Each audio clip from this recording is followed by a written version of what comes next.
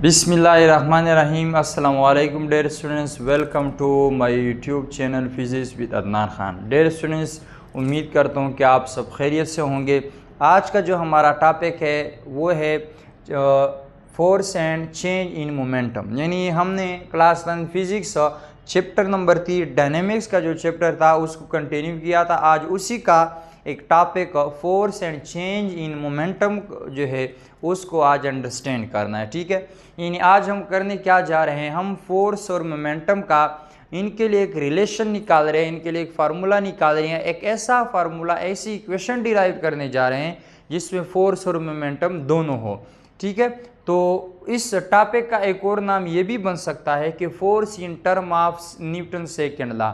यानी Newton second law जो है यूज़ करके हम क्या करते हैं, फोर्स के लिए एक और फार्मूला डिराइव करते हैं इन टर्म ऑफ मोमेंटम। ठीक है स्टूडेंट्स, तो सबसे पहला मैं न्यूटन सेकंड लॉ को अगर हम देखें कि अगर when we force f produce acceleration a in a body of mass m by Newton second law of motion it is written as.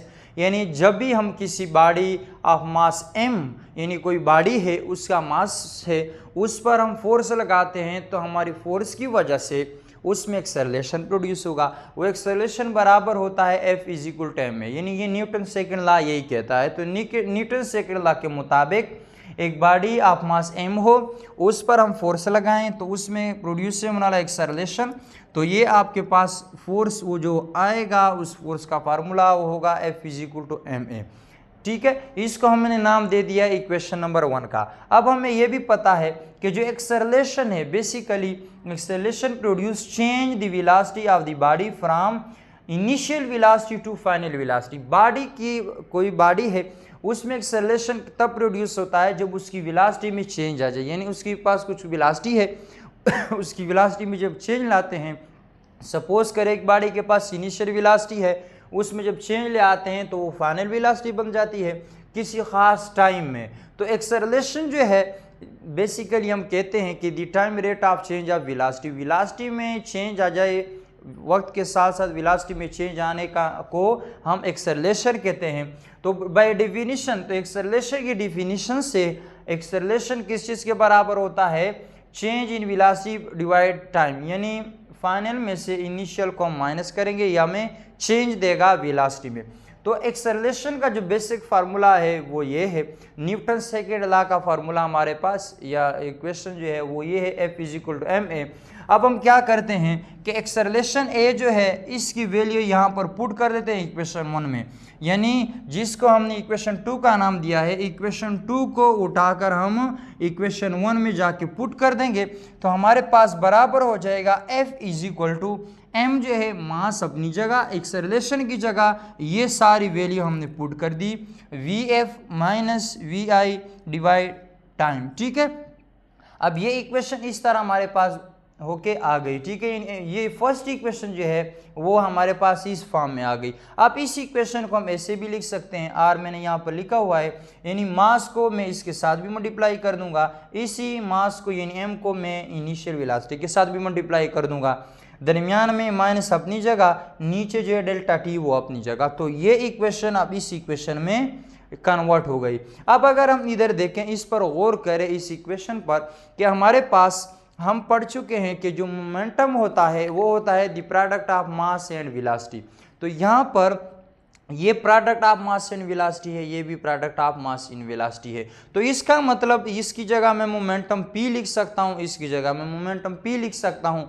ये फाइनल वेलोसिटी है तो ये हो जाएगा फाइनल मोमेंटम, माइनस ये इनिशियल वेलोसिटी है तो ये हो जाएगा इनिशियल मोमेंटम। यहाँ पर देखें इस के इक्वेशन को आगे हम किस तरह लिखा है कि F जो है अपनी जगह इज इक्वल टू, यहाँ पर हमने लिख दिया है PF। क्यों? क्योंकि mvf बराबर है फाइनल मोमेंटम के, जिसको हमने PF से शो कर दिया, दरमियान में माइनस अपनी जगह, mv इनिशियल जो है ये हमारे पास इनिशियल मोमेंटम है जिसको हमने रिप्रेजेंट कर दिया PI से, नीचे अपना डेल टी उसी तरह हमने जो है यहाँ पर मेंशन किया है। अच्छा, अब डेल्टा पी ये किस चीज़ के बराबर होगा, पी एफ माइनस इनिशियल। यानी अगर हमने मोमेंटम में चेंज फाइंड करना है तो फाइनल मोमेंटम से इनिशियल हम माइनस कर देंगे। अब फाइनल मनफी इनिशियल वो हम पहले से ऊपर जो है हमने लिखा है, तो यानी इसकी जगह हम डेल्टा पी लिख सकते हैं। तो ऊपर आ जाएगा हमारे पास डेल्टा पी, नीचे जो है डेल्टा टाइम अपनी जगह। अब इस इक्वेशन को देखें, इस इक्वेशन के मुताबिक F is equal to delta p divide delta t, यानी इक्वेशन 3 जो है हमें रिप्रेजेंट करता है Newton second law in term of momentum. Newton second law को इन टर्म ऑफ मोमेंटम जो है इक्वेशन 3 हमें रिप्रेजेंट करके दे रहा है। यानी क्या मतलब है कि this equation show that the time rate of change of momentum of a body is equal to the net force acting on the body. यानी मोमेंटम में जो चेंज आएगा टाइम के लिहाज से बेसिकली वो किस चीज के बराबर होगा, जो फोर्स जितना मतलब उस बॉडी पे एक्ट हो रहा है। ठीक है, यानी देखें हमने पहले भी हम ये पढ़ चुके हैं कि जब डिस्प्लेसमेंट में चेंज आता है the time rate of change of displacement is called velocity.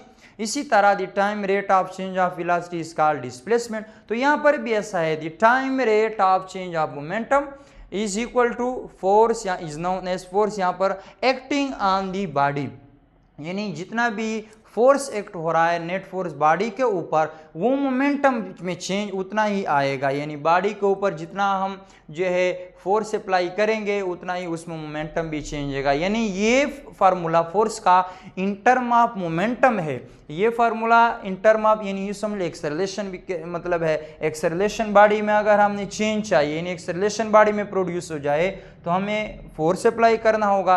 ये एक्सेलरेशन के बेस पे है, यानी सेकेंड लॉ के बेस पे इन टर्म, यानी ये भी सेकेंड लॉ है इन टर्म ऑफ एक्सेलरेशन, जबकि ये हमारे पास क्या है second law in term of momentum हम कह सकते हैं। यानी फोर्स के हमारे पास दो फार्मूले आ गए, एक हमारे पास F is equal to m है, एक हमारे पास F is equal to delta p divide delta t. यानी rate of change of momentum is equal to the net acting force on the body.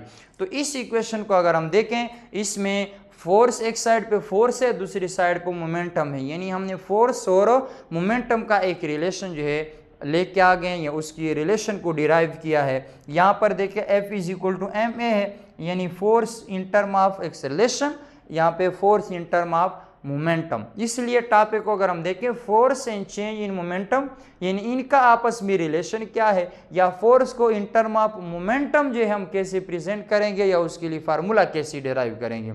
तो ये सिंपल सा टॉपिक था, एक छोटा सा टॉपिक, कोई इसमें मुश्किल चीज़ नहीं है। बस स्टार्ट में सिर्फ स्टार्ट जो है हमें पता हो स्टार्ट कहाँ से लेना है। ठीक है, तो बहुत ही सिंपल है। स्टार्ट हमने न्यूटन के सेकंड लॉ से लेना है। न्यूटन सेकंड लॉ जो है हमें पता है कि न्यूटन सेकंड लॉ कि जब बॉडी पर फोर्स अप्लाई होती है उसमें एक्सेलरेशन प्रोड्यूस होता है। यानी अगर हमने बॉडी में एक्सेलरेशन प्रोड्यूस करना है हमें उस पर फोर्स अप्लाई करना होगा। फिर न्यूटन लॉ हमें ये फार्मूला देता है, इसी फार्मूले से हमने एक्सेलरेशन को डिराइव करना है। मास जो है कांस्टेंट है, वो उसमें हमें कोई चेंज, उसका कोई फार्मूला नहीं है, उसमें हमें चेंज नहीं ला सकते। हाँ, एक्सेलरेशन जो है इसकी वैल्यू हम यहाँ पर पुट कर सकते हैं। अब एक्सेलरेशन हमें पता है कि change in velocity divide time.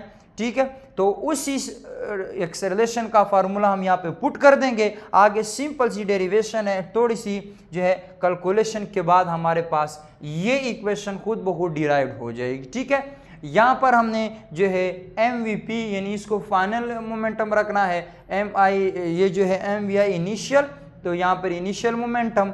अब अगर हमें चेंज चाहिए मोमेंटम में तो हमें पता है फाइनल माइनस इनिशियल जो है ये हमें चेंज देगा इन मोमेंटम। तो ऊपर हमने लिख दिया डेल्टा P, नीचे हमारे पास आ गया है डेल्टा T, ये अपनी जगह। तो इस इक्वेशन को देखें ये हमें क्या रिप्रेजेंट कर रहा है, Newton second law in term of momentum.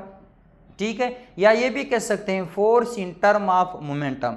इस इक्वेशन से अगर देखें ये हमें क्या बता रहा है, the rate of change of momentum is equal to the net force acting on the body. Equation से ही वाज़ेह हो रहा है the time rate of change of momentum is equal to the force net force acting on the body। ठीक है, तो एक side पे फोर्स, दूसरी साइड पे हमारे पास मोमेंटम, तो force in term of momentum, ये हम इस तरह कह सकते हैं, ठीक है, force in term of momentum. अब इससे रिलेटेड हमारे पास न्यूमेरिकल भी आ सकते हैं, यानी अगर आपको एक बॉडी दी गई हो कि उसका मोमेंटम इतना है, उस टाइम इतना है, और मोमेंटम यानी चेंज इतना आया है, टाइम जो है इतना है, तो आपको फोर्स जो है फाइंड करना है। आपको एक्सेलरेशन नहीं दिया गया, मास आपको नहीं दिया गया, तो आपने क्या करना होगा, यही फार्मूला हम फोर्स का उसमें अप्लाई कर देंगे और हमारे पास नेट फोर्स बॉडी पे जो एक्ट करेगी उसका रिजल्ट हमारे पास आ जाएगा।